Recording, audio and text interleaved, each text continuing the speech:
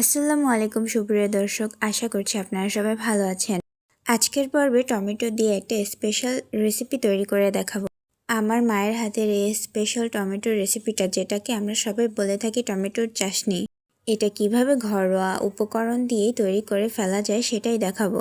আর একটি ডিম দিয়েই টমেটোর চাশনি কিভাবে সুন্দর করে তৈরি করে ফেলা যায় সেটাই আজকে দেখাবো। তো ভিডিওটি না টেনে শেষ পর্যন্ত দেখার অনুরোধ রইল।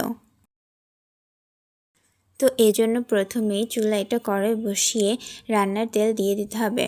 এখানে আজকে সরিষার তেলটা আমরা ব্যবহার করেছি, আপনারা যে কোনো রান্নার তেল ব্যবহার করে নিতে পারেন। যখন তেলটা গরম হয়ে যাবে তখন এর মধ্যে পেঁয়াজ কুচি দিয়ে দিতে হবে। পেঁয়াজটা কিছুক্ষণ নেড়ে চেড়ে ভেজে নিতে হবে।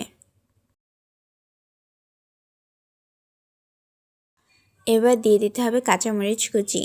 কাঁচামরিচগুলো এভাবে মাঝখান থেকে কেটে নিয়েছি। এবার এগুলোকে নেড়ে চেড়ে কিছুক্ষণ ভেজে নিতে হবে।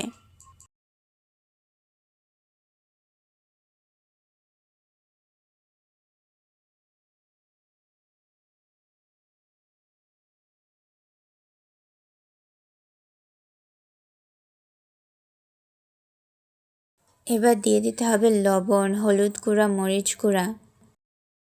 এই মশলাগুলো দিয়েও কিছুটা নেড়ে চেড়ে নিতে হবে। এবার দিয়ে দিতে হবে কেটে রাখা টমেটোগুলো। টমেটোগুলোকে আজকে আমরা ঠিক এইভাবে কেটে নিয়েছি।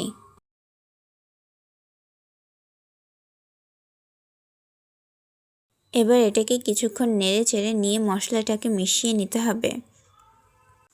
কিছুটা নেড়ে চেড়ে নেওয়ার পর এবার একটা ঢাকনা দিয়ে ঢেকে দিতে হবে। ঢাকনা দিয়ে কিছুক্ষণ ঢেকে রেখে আবার ঢাকনা উঠিয়ে নিতে হবে। দেখতেই পাচ্ছেন টমেটো থেকে কিন্তু পানিটা বের হয়েছে, এই পানিটা একদম শুকিয়ে ফেলতে হবে।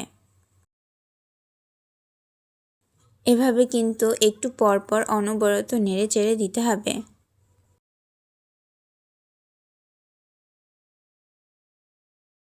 টমেটোটাকে নেড়ে চেড়ে কষিয়ে নিতে হবে।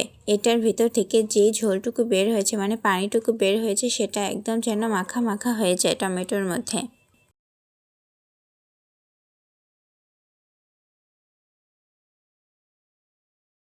খানিকটা নেড়ে চেড়ে দেওয়ার পর টমেটোটার মধ্যে থাকা পানিটা কিন্তু প্রায় টেনে গিয়েছে। এই পর্যায়ে ডিম দিয়ে দিতে হবে।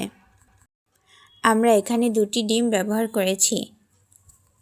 আপনারা চাইলে একটি ডিম দিয়েও টমেটোর এই চাশনিটা তৈরি করতে পারেন, অথবা না ডিম দিয়েও টমেটোর চাশনিটা তৈরি করতে পারেন।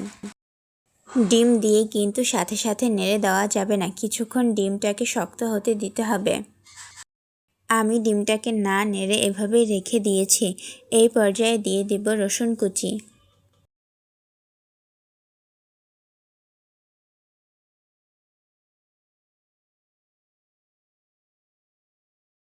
কিছুক্ষণ ডিমটাকে রেখে এবার একটু নেড়ে চেড়ে নিতে হবে।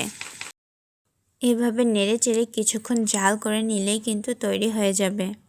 তবে কিছুক্ষণ পরপরই কিন্তু নেড়ে চেড়ে নিতে হবে, তা না হলে কিন্তু নিচে লেগে যেতে পারে। টমেটোর চাশনিটা প্রায় হয়ে গিয়েছে, এজন্য ধনিয়া পাতা কুচি এই পর্যায়ে দিয়ে দিতে হবে।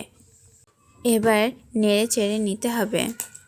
কিছুক্ষণ এভাবে নেড়ে চেড়ে জাল করে নিলেই কিন্তু তৈরি হয়ে যাবে আজকের 2টি ডিম দিয়ে টমেটো চাশনির এই রেসিপিটা। দেখতেই পাচ্ছেন টমেটোর চাশনির এই রেসিপিটা কিন্তু তৈরি হয়ে গিয়েছে। আমার আম্মু খুব যত্ন সহকারে এই রেসিপিটা তৈরি করেছে। আশা করছি ডিম দিয়ে টমেটো চাশনির এই রেসিপিটা আপনাদের ভালো লেগেছে। যদি ভিডিওটি আপনাদের ভালো লেগে থাকে তাহলে লাইক, কমেন্ট, শেয়ার করতে ভুলবেন না। আর ভিডিওটি শেষ পর্যন্ত দেখার জন্য ধন্যবাদ। আল্লাহ হাফেজ।